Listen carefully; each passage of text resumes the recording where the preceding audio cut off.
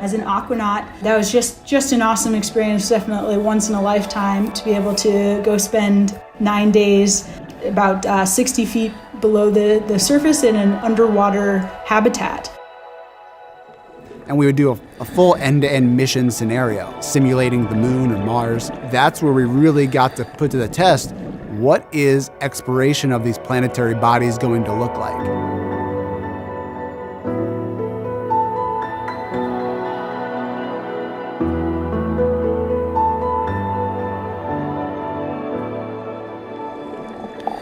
So when we have these, what we call aquanauts, living in this underwater habitat, we can simulate some of the conditions that the astronauts will experience. And we're actually able to have these aquanauts conduct EVAs, or extravehicular activities, simply put, spacewalks, outside of this habitat. So really being able to see that process from multiple different angles, I think will be really beneficial as we start to nail down exactly what that's going to look like for Artemis. Artemis is taking humans for the first time to the moon's South Pole region. This area of the moon features some of the coldest temperatures in the solar system. Artemis astronauts will look for signs of frozen water and gather clues about the young solar system, when the planets and moons were just forming. Flash forward to astronauts exploring the lunar surface with the Artemis program. They're going to be doing exploration. They're going to be visiting a site on the moon that no human being has ever visited before. And they're going to be taking pictures and describing rocks that they see, collecting samples, deploying instruments. And we want to, have them experience all of these things here on Earth, of course, before they fly to the moon. NASA has been training astronauts in geology and geoscience for decades. These scientific fields help us understand the evolution of the physical and chemical makeup of planets and moons. From their deep interiors to their surfaces and atmospheres, Apollo astronauts had hundreds of hours of training in geology, or the equivalent of a master's degree, and Artemis astronauts will too. NASA's astronaut corps includes geologists, like astronaut Jessica Watkins. Yes, so my job title is now astronaut, NASA astronaut. We all come into the astronaut office with, a whole career in the rearview mirror in a lot of senses. For me, the way that I ended up kind of sitting in this seat was by keeping it in the back of my mind. So I became interested in Mars at a pretty young age, actually. I'm not sure, somewhere around 5th grade. So this was a defining time for my life. But I remember for some school project, making a book about Marty the Martian. That love kind of carried through in college when I found geology, because I learned that there's this thing called planetary geology. And the idea of being able to study the surface of another planet was just the coolest thing to me as somebody who loved Mars. Geology training on our home planet covers just one aspect of what it would be like to scientifically explore the moon.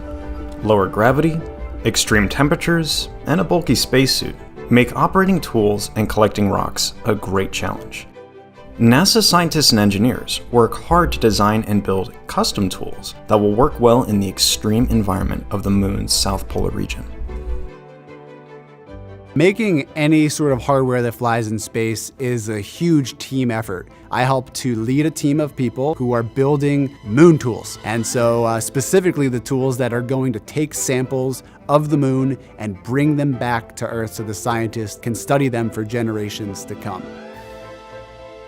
At Johnson Space Center, we have what's called the Rock Yard, which is essentially kind of a large open space where we've imported rocks, basically a large human-sized sandbox. It's great. At the Rock Yard, we get astronauts to come out to be test subjects, but we also get engineers and scientists and operators to be test subjects as well, so that we can fully understand what it's like to be in that crew perspective.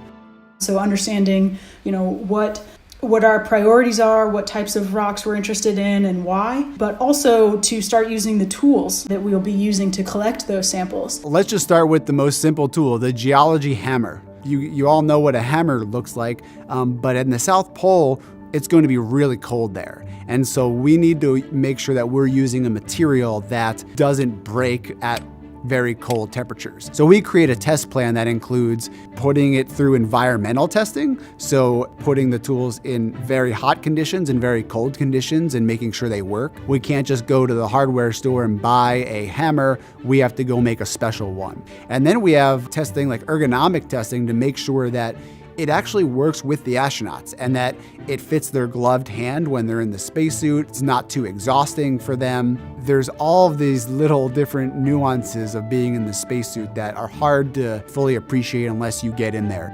As anyone who's worn a spacesuit will tell you, it feels like wearing a balloon that's constantly pushing down on you. Spacesuits have to meet many demands. They must be sturdy enough to keep astronauts safe in the low gravity and high radiation environment of the moon, but they also have to be nimble enough to allow astronauts to squeeze, poke, and pound their tools.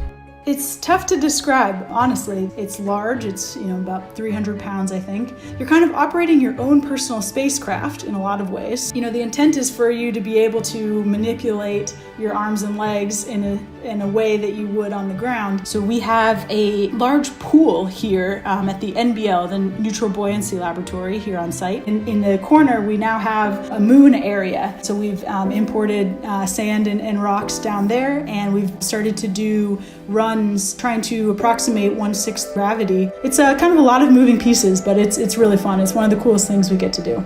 And I'll tell you what, some of my most favorite, moments at NASA have been when I see these engineers start to get excited about the science that we're doing and start to, learn some of the geology terminology, because that really is what creates an effective team. And so hearing, tools engineer Adam Nade start to say, wow, this looks like a basalt that has lots of vesicles with olivine phenocryst in it, just make me incredibly excited, because it means that, we're learning to speak each other's languages.